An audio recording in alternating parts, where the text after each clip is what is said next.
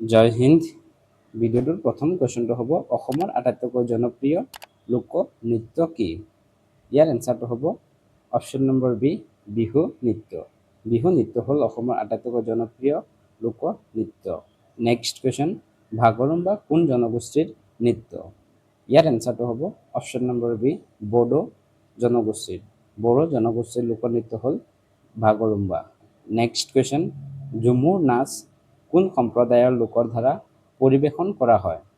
ঝুমুৰ নাচ কোন সম্প্ৰদায়ৰ লগত জড়িত বুলি সুধিছে? ইয়াৰ এনচাৰটো হ'ব অপশ্যন নম্বৰ বি চাহ জনগোষ্ঠীয় লোক। চাহ জনগোষ্ঠীয় লোকৰ সৈতে ঝুমুৰ নাচ জড়িত। নেক্সট কুৱেশ্যন, খেলাই চাদ নৃত্য কোন জনগোষ্ঠীৰ লগত জড়িত? ইয়াৰ এনচাৰটো হ'ব অপশ্যন নম্বৰ চি ডিমাচা জনগোষ্ঠীৰ। ডিমাচা জনগোষ্ঠীৰ লগত খেলাই চাদ নৃত্য জড়িত। নেক্সট কুৱেশ্যন, আলি আই লৃগাং উৎসৱত কোনটো জনগোষ্ঠীয়ে নৃত্য প্ৰদৰ্শন কৰে? আলি আই লৃগাং উৎসৱটো কোনটো জনগোষ্ঠীৰ লগত জড়িত বুলি সুধিছে? ইয়াৰ এনচাৰটো হ'ব অপশ্যন নম্বৰ এ মিচিং জনগোষ্ঠী। মিচিং জনগোষ্ঠীৰ এটি উৎসৱ হ'ল আলি আই লৃগাং। নেক্সট কুৱেশ্যন, ভাটৌ পূজা কোন জনগোষ্ঠীয়ে পালন কৰে আৰু কি নৃত্য কৰে? ভাটৌ পূজাত কি নৃত্য কৰা হয় বুলি সুধিছে? ইয়াৰ এনচাৰটো হ'ব অপশ্যন নম্বৰ বি বড়ো জনগোষ্ঠী ভাগৰুম্বা। ভাটৌ পূজা বড়ো জনগোষ্ঠীৰ লগত জড়িত আৰু এই ভাটৌ পূজাত ভাগৰুম্বা নৃত্য কৰা হয়। নেক্সট কুৱেশ্যন, কাৰ্বি সকলৰ জনপ্ৰিয় লোকনৃত্য কি? ইয়াৰ এনচাৰটো হ'ব অপশ্যন নম্বৰ চি চাংকাই নৃত্য বা বনৰীয়া নৃত্য। বনৰীয়া নৃত্য বা চাংকাই নৃত্য হ'ল কাৰ্বিসকলৰ এক প্ৰকাৰৰ লোকপ্ৰিয় নৃত্য। নেক্সট কুৱেশ্যন, ৰাভা জনগোষ্ঠীৰ প্ৰধান নৃত্য কি? ইয়াৰ এনচাৰটো হ'ব অপশ্যন নম্বৰ এ বৈশাখ বা ভাজা নৃত্য।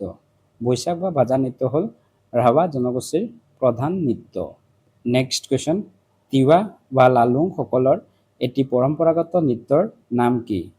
ইয়াৰ এনচাৰটো হ'ব অপশ্যন নম্বৰ বি বাৰমাচা নৃত্য। বাৰমাচা নৃত্য হ'ল তিৱাসকলৰ পৰম্পৰাগত নৃত্য। নেক্সট কুৱেশ্যন, সত্ৰীয়া নৃত্য কোন ৰাজ্যৰ শাস্ত্ৰীয় নৃত্য? ইয়াৰ এনচাৰটো হ'ব অপশ্যন নম্বৰ চি অসমৰ। অসমৰ শাস্ত্ৰীয় নৃত্য হ'ল সত্ৰীয়া নৃত্য। নেক্সট কুৱেশ্যন, সত্ৰীয়া নৃত্যৰ প্ৰতিষ্ঠাপক কোন? সত্ৰীয়া নৃত্য কোনে প্ৰতিষ্ঠা কৰিছিল বুলি সুধিছে? ইয়াৰ এনচাৰটো হ'ব অপশ্যন নম্বৰ বি মহাপুৰুষ শ্ৰীমন্ত শংকৰদেৱ।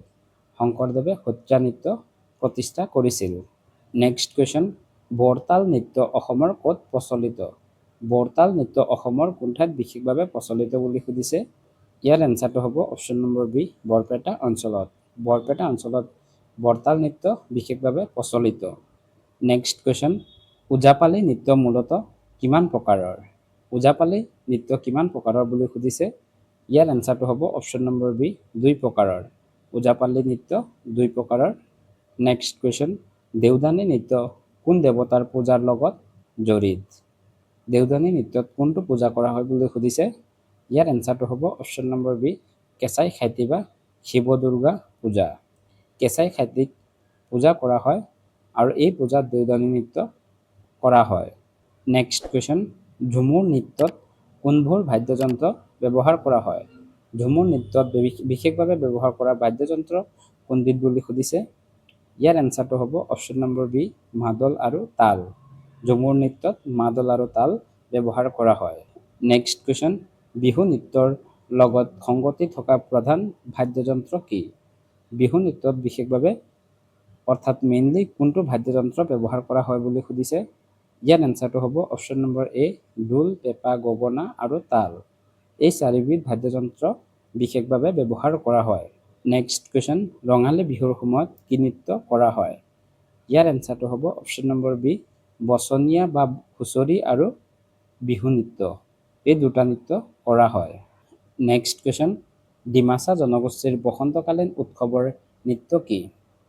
ইয়াৰ এনচাৰটো হ'ব অপশ্যন নম্বৰ এ বুচু নৃত্য। ডিমাচাসকলৰ এটি নৃত্য হ'ল বুচু নৃত্য আৰু এইটো বুচু ডিমা উৎসৱৰ সময়ত পালন কৰা হয় বা নৃত্য কৰা হয়। নেক্সট কুৱেশ্যন, জিকিৰ আৰু জাৰি কিহেৰে গঠিত? জিকিৰ আৰু জাৰি কিহেৰে গঠিত বুলি সুধিছে? ইয়াৰ এনচাৰটো হ'ব অপশ্যন নম্বৰ বি ইছলাম ধৰ্মীয় লোকগীত আৰু নৃত্য গীতৰ দ্বাৰা। ইছলাম ধৰ্মীয় লোকগীত আৰু নৃত্য গীতৰ দ্বাৰা জিকিৰ আৰু জাৰি গতিত। নেক্সট কুৱেশ্যন, মৌৰিয়া সম্প্ৰদায়ৰ পৰম্পৰাগত নৃত্যক কি বুলি কোৱা হয়? মৌৰিয়া সম্প্ৰদায়ৰ পৰম্পৰাগত লোকনৃত্য কি বুলি সুধিছে? ইয়াৰ এনচাৰটো হ'ব অপশ্যন নম্বৰ এ, মৌৰিয়া নৃত্য। মৌৰিয়া নৃত্য হ'ল মৌৰিয়া সম্প্ৰদায়ৰ লগত জড়িত। নেক্সট কুৱেশ্যন, মনসা পূজাৰ লগত জড়িত কোনটো নৃত্য বিশেষভাৱে কোনটো নৃত্য জড়িত বুলি সুধিছে? ইয়াৰ এনচাৰটো হ'ব option number B, Ojapali. Manasa পূজাৰ সময়ত ওজাপালি নৃত্য প্ৰদৰ্শন কৰা হয়। নেক্সট কুৱেশ্যন, বড়ো যুৱতীসকলে হাতত কি লৈ ভাগৰুম্বা নৃত্য কৰে? ভাগৰুম্বা নৃত্য প্ৰদৰ্শন কৰিবলৈ বড়ো যুৱতীসকলে হাতত কি লয় বুলি সুধিছে? ইয়াৰ এনচাৰটো হ'ব অপশ্যন নম্বৰ বি, ফুলাম দলুৱা। ফুলাম দলুৱা হাতত লৈ নৃত্য কৰে। নেক্সট কুৱেশ্যন, অসমৰ চাহ জনগোষ্ঠীৰ মাজত কৰম পূজাৰ সময়ত কোন নৃত্য কৰা হয়? কৰম পূজাৰ সময়ত কি নৃত্য প্ৰদৰ্শন কৰা হয় বুলি সুধিছে? ইয়াৰ এনচাৰটো হ'ব অপশ্যন নম্বৰ এ, ঝুমুৰ নৃত্য।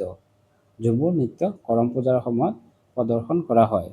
নেক্সট কুৱেশ্যন, মইনা পাৰিজাত বা শিশুসকলৰ মাজত জনপ্ৰিয় অসমৰ থলুৱা লোকনৃত্য কি? ইয়াৰ এনচাৰটো হ'ব অপশ্যন নম্বৰ বি, হুঁচৰি। শিশুসকলৰ মাজত বিশেষভাৱে জনপ্ৰিয় অসমৰ থলুৱা নৃত্যবিধ হ'ল হুঁচৰি। এই ভিডিঅ'টোত আমি অসমৰ লোকনৃত্যসমূহৰ বিষয়ে আলোচনা কৰিলোঁ। আপোনালোকে যদি অসমৰ বিভিন্ন জনগোষ্ঠীৰ পৰম্পৰাগত উৎসৱসমূহৰ বিষয়ে জানিব বিচাৰে তেতিয়াহ'লে চেনেলটো ছাবস্ক্ৰাইব কৰি ভিডিঅ'টো শেষলৈ চোৱাৰ বাবে ধন্যবাদ। জয় আই অসম।